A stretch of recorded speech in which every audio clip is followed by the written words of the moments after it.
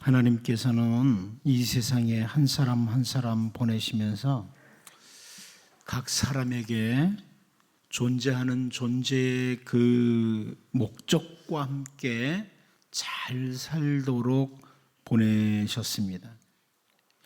그런데 세상에 살아가는 사람들 가운데 보면 정말 저런 사람은 존재하지 않았으면 좋겠다, 이런 악인들이 있습니다. 이 세상에는 악인들이 있고 혹은 전혀 있으나 마나한 이런 삶을 살아가는 사람들도 있습니다. 이스라엘의 그 암흑기라고 할 수 있는 사사시대, 이 사사시대에 그 사사들이 여러 명 있었습니다. 그런데 사사기 12장 8절 9절 말씀을 보면 이런 말씀이 나와요. 그 뒤를 이어 베들레헴의 입산이 이스라엘의 사사가 되었더라. 그가 아들 30명과 딸 30명을 두었더니 그가 딸들을 밖으로 시집 보냈고 아들들을 위하여는 밖에서 여자 30명을 데려왔더라. 그가 이스라엘의 사사가 된 지 7년이라. 자, 이런 말씀이 있습니다. 사사로 있으면서 그 이스라엘의 사사, 그 어두운 시세의 사사로 있으면서 행한 일들을 기록해 주는데 60명의 자녀를 낳았고 그들을 시집 장가 보낸 일, 이것만 기록하고 있습니다. 이스라엘의 사사인데, 사사라고 하는 귀중한 자리를 주신 목적이 있는데 어떤 다른 내용이 없어요. 그런가 하면 그 유다 나라가 멸망할 때 바빌로니아 제국으로 끌려간 사람 중에 우리는 다니엘이라고 하는 사람을 잘 압니다. 이 다니엘은 바빌로니아 제국 때에도 하나님의 사람으로 참 잘 살았던 사람이지만 나라가 바뀌어서 페르시아 제국이 다스리는 그때에도 정말 하나님의 사람으로 잘 살았던 이런 사람입니다. 다니엘서 6장 28절 말씀을 보면 이 다니엘이 다리오 왕의 시대와 바사 사람 고레스 왕의 시대에 형통하였더라, 이렇게 말씀하고 있습니다. 현대어 성경이 이렇게 번역을 해줬어요. 다니엘은 다리오 왕이 다스리던 시대와 바사왕 고레스가 다스리던 시대에도 많은 존경을 받으며 살았다. 많은 존경을 받으며 살았다. 정말 존재의 가치가 있는 사람으로 한평생을 살았던 사람이 다니엘이라는 사람을 우리는 확인할 수 있습니다. 오늘 본문에 나오는 세례 요한이라는 사람도 마찬가지입니다. 정말 그렇게 길지 않은 생애를 살았습니다. 그런데 세례 요한은 그 시대에 꼭 필요한 사람이었습니다. 정말 있어야 됐던 사람이었습니다.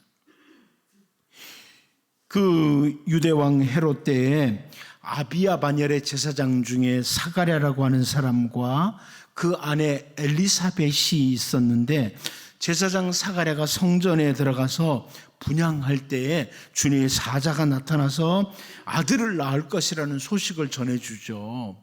그런데 누가복음 1장 14절에서 16절을 보면 이렇게 말씀하고 있어요.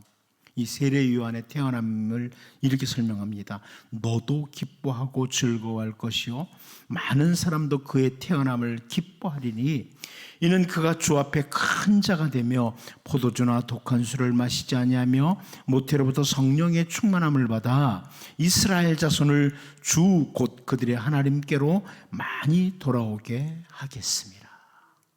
이렇게 기록해 줍니다. 사가랴, 그러니까 세례 요한의 아버지도 기뻐하고 많은 사람들 모두가 기뻐할 만한 사람, 하나님께서 기뻐하는 사람이 바로 세례 요한이라는 것을 이렇게 설명해 주고 있습니다.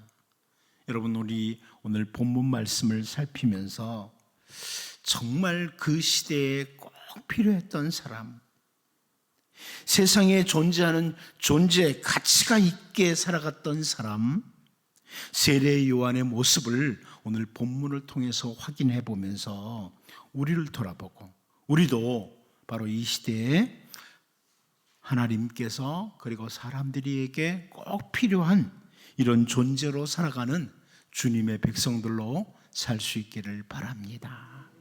첫 번째로 꼭 필요한 사람은 어떤 사람이냐? 보는 눈을 가진 사람이다. 보는 눈을 가진 사람이다. 이 부분을 확인하게 됩니다. 우리 본문 34절을 다시 한번 봅니다. 보겠습니다. 시작. 내가 보고 그가 하나님의 아들이심을 증언하였노라 하니라. 오늘 본문은 어떻게 시작하느냐? 헬라어 성경으로 봐도 내가 보았다, 내가 직시했다, 이렇게 시작을 합니다. 바로 앞절 33절에서 나도 그를 알지 못하였으나 나를 보내어 물로 세례를 베풀라 하신 그이가 나에게 말씀하시되 성령이 내려서 누구 위에든지 머무는 것을 보거든 그가 곧 성령으로 세례를 베푸는 이인 줄 알라 하셨기에, 이렇게 말씀을 했는데 세례 요한이 예수님 위에 성령이 머무는 것을 바라보았다. 예수님 위에 성령님이 쫙 내려와서 머무는 것을 보았다. 이렇게 오늘 본문이 시작하는 거예요. 여러분 마태복음 3장 16절에서 17절 말씀을 보면 예수께서 세례를 받으시고 곧 물에서 올라오실새 하늘이 열리고 하나님의 성령이 비둘기같이 내려 자기 위에 임하심을 보시더니 하늘로부터 소리가 있어 말씀하시되 이는 내 사랑하는 아들이여 내 기뻐하는 자라 하시니라. 이렇게 말씀을 합니다. 요단 강가에서 세례 요한이 많은 사람들에게 세례를 베풀 때요, 정말 많은 사람들이 몰려왔어요. 그런데 그날 그 예수님 위에, 예수님께서 세례 받을 때 예수님 위에 하늘이 열리고 하나님의 성령이 비둘기같이 내려서 예수님 위에 머무는 것을 본 사람은 세례 요한 한 사람입니다.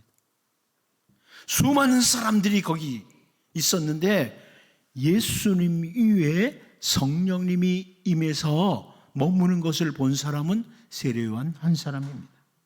예수님께서 한밤중에 요단강가에 와서 세례를 받으신 것이 아니에요.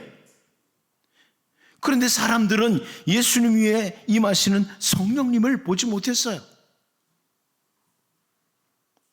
이것은 세례 요한에게 주신 하나님의 특별한 은혜 중에 하나입니다. 성령님이 임하는 것을 보게 되는 것, 이것은 세례 요한이 받은 은혜 중에 하나예요. 오늘날 우리들에게도 눈이 열려야 됩니다. 영적인 눈이 열려야 되는데요, 바울 사도가 에베소서 1장 17절에서 19절을 통해서 이런 말씀을 합니다. 우리 주 예수 그리스도의 하나님 영광의 아버지께서 지혜와 계시의 영을 너희에게 주사 하나님을 알게 하시고 너희 마음의 눈을 밝히사 그의 부르심의 소망이 무엇이며 성도 안에서 그 기업의 영광의 풍성함이 무엇이며 그의 힘의 위력으로 역사하심을 따라 믿는 우리에게 베푸신 능력의 지극히 크심이 어떠한 것을 너희로 알게 하시기를 구하노라. 여러분 이 말씀 가만히 보면요, 하나님께서 지혜와 계시의 영을 주시기를 기도하고 있어요. 에베소 교회 성도들에게 지혜와 계시의 영, 다시 말하면 성령입니다. 성령님으로 말미암아 하나님을 알도록 기도하고 있습니다. 성령님이 임하시면 하나님을 알게 된다. 또 마음의 눈을 밝혀주셔서 하나님께서 부르신 소망을 알게 되기를 원한다. 성도가 받은 기업이 얼마나 풍성한지 알기를 원한다. 하나님이 베푸신 능력의 크심이 얼마나 큰지 알기를 원한다. 이렇게 바울이 기도하고 있습니다. 마음 눈이 밝아지면, 다시 말하면 영적인 눈, 지혜와 계시의 영으로 말미암아 눈이 열리면 우리는 우리를 자녀로 부르신 하나님의 그 자녀로 부르신 은혜를 알게 되고 그 부르심의 소망을 알게 되고 이 땅에서의 기업보다 하나님이 주신 성도의 기업이 얼마나 풍성한지 이것도 알게 된다는 것입니다. 예수님께서는 누가복음 10장 22절에서 23절을 통해서요, 내 아버지께서 모든 것을 내게 주셨으니 아버지 외에는 아들이 누구인지 아는 자가 없고 아들과 또 아들의 소원대로 계시를 받는 자 외에는 아버지가 누구인지 아는 자가 없나이다 하시고 제자들을 돌아보시며 조용히 이르시되 너희가 보는 것을 보는 눈은 복이 있도다. 보는 것을 보는 눈은 복이 있도다. 이렇게 말씀하셨습니다. 이 세상에는 그저 땅만 바라보고 살아가는 사람들, 영원하지 않은 것들만 바라보고 살아가는 사람들이 참 많습니다. 우리가 주님을 올바로 바라보고 이 땅에서 살아갈 때, 영원을 바라보고 살아갈 때 우리는 꼭 필요한 사람, 이 시대에 꼭 필요한 사람으로 살아가게 됩니다. 우리에게 이런 보는 눈이 필요한 거죠. 영혼을 바라보는 눈, 시대를 바라보는 눈, 성령으로 말미암아 마음 눈이 밝아진 주님의 백성들은 꼭 필요한 주님의 백성으로 이 땅에 살아가게 됩니다. 여러분, 늘 바울이 기도했던 것처럼 지혜와 계시의 영을 주셔서 하나님, 단순히 육신의 눈으로만 모든 것 바라보고 사는 것이 아니라 영혼을 바라보고 시대를 바라보고 그리고 동시에 주님을 바라볼 수 있는 이런 아름다운 눈, 복된 눈을 가진 자로 살게 해달라고 기도하면서 살 수 있기를 바랍니다. 두 번째로 꼭 필요한 사람은 어떤 사람이냐? 주 예수님을 올바로 만난 사람이다. 저는 이렇게 말씀드립니다. 예수님을 올바로 만난 사람, 이 사람은 세상에 꼭 필요한 사람이다. 우리 본문 34절을 다시 한번 봅니다. 보겠습니다. 시작. 내가 보고 그가 하나님의 아들이심을 증언하였노라 하니라. 세례요한 당시에 대제사장 서기관들을 비롯해서 수많은 종교인들이 있었어요. 당시 뛰어난 랍비들도 있었습니다. 그런데 그들 중에 직접 혹은 간접적으로 예수님께서 행하신 일들, 예수님의 모습을 보고 예수님이 가르치신 가르침을 듣기도 했습니다. 그런데 예수님이 누구이신지 올바로 바라보고 만난 사람은 아주 소수에 불과했습니다. 예수님을 올바로 바라보고 만난 사람, 예수님께서 행하신 일들에 대해서 마가복음 3장 22절을 보면 예루살렘에서 내려온 서기관들은 그가 바알세불이 집혔다 하며 또 귀신의 왕을 힘입어 귀신을 쫓아낸다 하니 이렇게 말씀하고 있습니다. 세번역 성경이 이렇게 번역했어요. 예루살렘에서 내려온 율법 학자들은 예수가 바알세불이 들렸다고 하고 또 그가 귀신의 두목에 힘을 빌어서 귀신을 쫓아낸다고도 하였다. 이렇게 번역을 해 주었습니다. 예수님께서 행하신 일을 보고 이렇게 말한 서기관들, 그 사람들은 바로 율법 학자들이었다. 이것을 확인하게 돼요. 그러니까 우리가 서기관 그러면 그냥 단순히 율법을 기록하는 이런 사람들 정도로 생각하지만 사실은 이들은 율법 학자들이었습니다. 율법 학자들인, 성경 학자들인 그들도 예수님을 올바로 보지 못하고 예수님을 알지 못하고 예수님을 제대로 만나지 못한 거예요. 또 예수님께서 그 고향으로 가셨을 때 마가복음 6장 3절 말씀을 보면 이 사람이 마리아의 아들 목수가 아니냐? 야고보와 요셉과 유다와 시몬의 형제가 아니냐? 그 너희들이 우리와 함께 여기 있지 아니하냐 하고 예수를 배척한지라 그럽니다. 예수님께서 가르치시는 가르침, 예수님이 행하시는 수많은 능력을 보면서 뭐 이 사람 누구지 도대체? 우리 잘 아는 그 마리아 아들 목수 아니야? 이거 누구의 형제들 아니야? 그들 누이가 우리하고 함께 있잖아? 이러면서 예수님의 가르침을 듣고도 예수님이 행하시는 놀라운 능력들을 보고도 예수님을 배척했다고 이렇게 말씀합니다. 예수님을 올바로 알지 못하고 제대로 만나지 못한 거예요. 우리가 이미 앞부분에서 살펴보았지만 요한복음 1장 10절 11절을 보면 그가 세상에 계셨으며 세상은 그로 말미암아 지은 바 되었을 때 세상이 그를 알지 못하였고 자기 땅에 오매 자기 백성이 영접하지 아니하였으나 그럽니다. 예수님이 계셨는데 사람들이 알지를 못하는 거예요. 성자 하나님이 오셨는데 그분을 알아보지 못하는 거예요. 그런데 오늘 본문을 보면 세례 요한이 성령이 비둘기처럼 그 위에 내려와서 임하는 것을 보고서 예수님을 가리켜서 오늘 본문에 뭐라고 그래요? 하나님의 아들이라. 저분이 바로 하나님의 아들이다.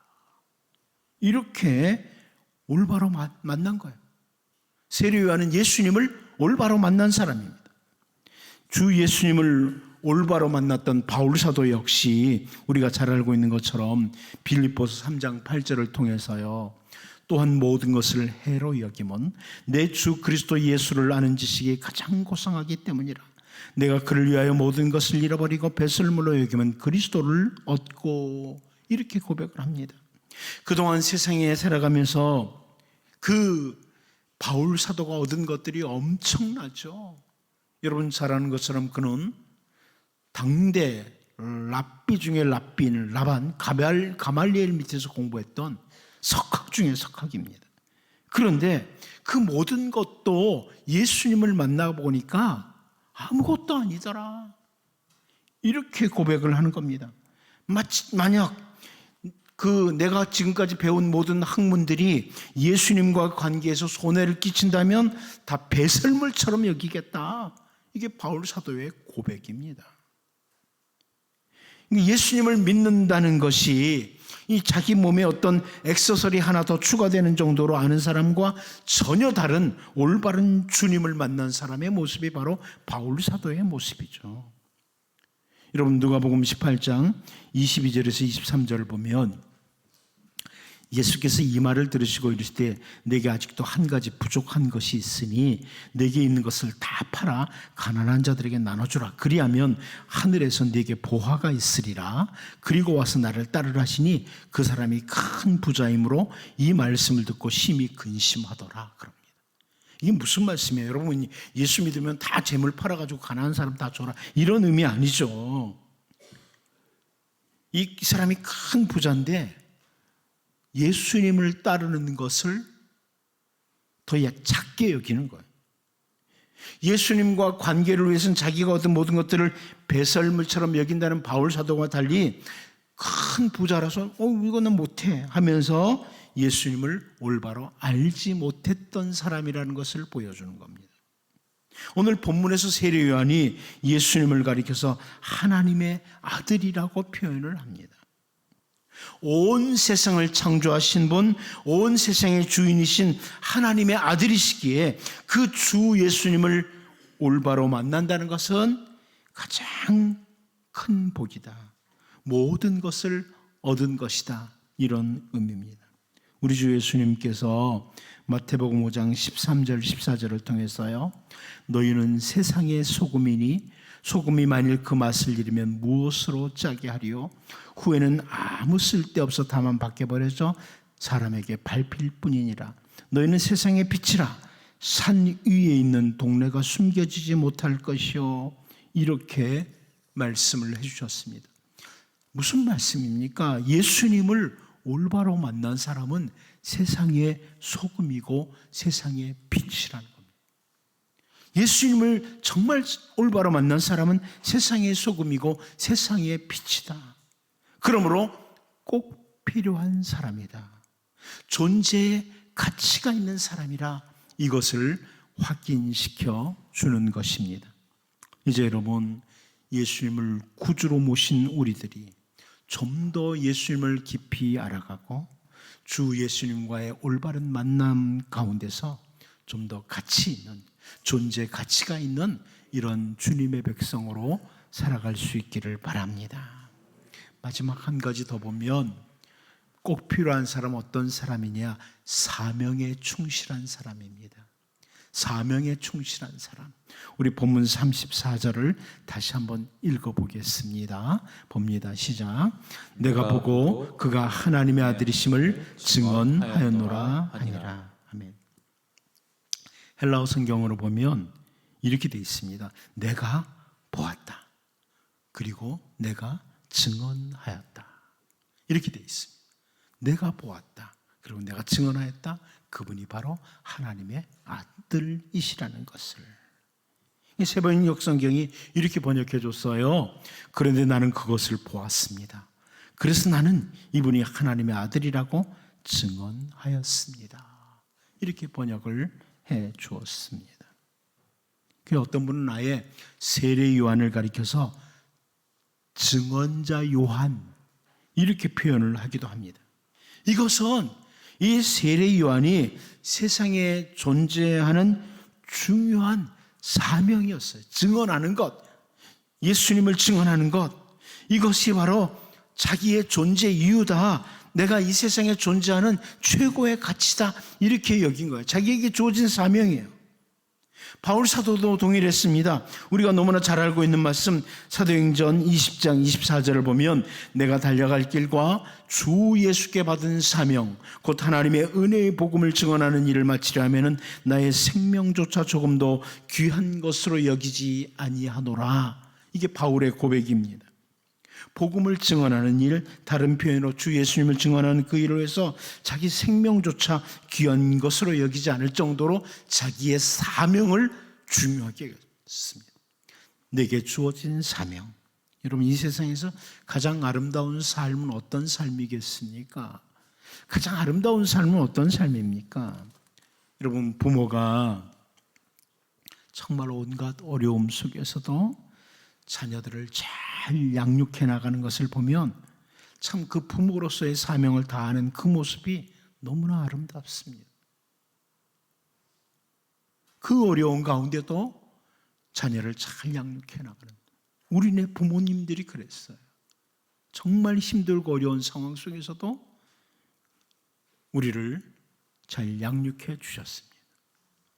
세상에서 어떤 직업을 가진 사람이 그 사명을 다하는 모습을 보면서 사람들은 칭찬을 하죠. 예를 들어서 막 불을 끄고 생명을 구해내는 소방대원을 보면서 우리는 그들을 향해 박수를 보냅니다. 저 생명 걸고 막 그런 일들을 하는 걸 볼 때 박수를 보낼 수밖에 없어요. 마찬가지입니다. 사명을 다하고 살아갈 때 그 사람은 존재의 가치가 있는 사람이죠. 꼭 필요한 사람이죠. 특별히 주님이 나를 이 땅에 보내신 그 사명, 세상에 존재하도록 하신 그 목적을 확인하고 그 사명을 따라 충실하게 삶을 살아갈 때 그 사람은 주님 보시기에도 사람들이 바로 보기에도 꼭 필요한 사람이에요. 여러분, 가정이라고 하는 자리에서 하나님이 우리에게 주신 사명이 있습니다. 가정이라는 자리에서 내가 해야 될 사명이 있습니다. 교회라고 하는 자리에서 내가 해야 될 사명이 있고 세상의 각 영역에서 우리들에게 머물도록 하신 그 자리에서 주님은 우리에게 다양한 사명을 주셨습니다. 주님이 나를 그 자리에 머물도록 하신 목적이 무엇인지 성령의 인도하심을 따라 확인을 하고 사명에 충실한 사람, 그 사람이 바로 꼭 필요한 사람입니다. 존재 가치가 있는 사람이죠. 오늘 본문에서 세례 요한은 예수님을 증언하는 자, 자기에게 주어진 사명, 존재하는 목적을 확인하고 살았다. 이것을 보면서 여러분 각자에게 주신 사명이 있습니다. 가정에서, 교회에서, 세상의 각 영역에서 주신 사명이 있습니다. 힘들고 어려워도 그 사명에 충실함으로 주님이 바라보실 때 너는 꼭 필요하다. 존재 가치가 있다. 이렇게 말씀하시는 이런 귀한 주님의 백성으로 살 수 있기를 바랍니다. 기도합니다. 하나님, 세례 요한이 꼭 그 시대에 필요했던 사람이었던 것처럼 우리가 이 시대를 살아가면서 하나님 보시기에 또 사람들이 바라보기에도 꼭 필요한 사람으로 살아가는 주님의 백성들 되게 하여 주옵소서. 영원을 바라보는 눈, 시대를 바라보는 눈, 마음 눈이 밝아져서 정말 올바로 바라보는 주님의 백성들로 살게 하시고, 특별히 주 예수 그리스도를 올바로 알고 올바로 만남으로 가치 있는 존재로 살아가고, 우리에게 주어진 사명에 최선을 다함으로 주님 보시기에 정말 가치가 있는 주님의 백성들로 살게 하여 주옵소서. 예수님의 이름으로 기도하옵나이다.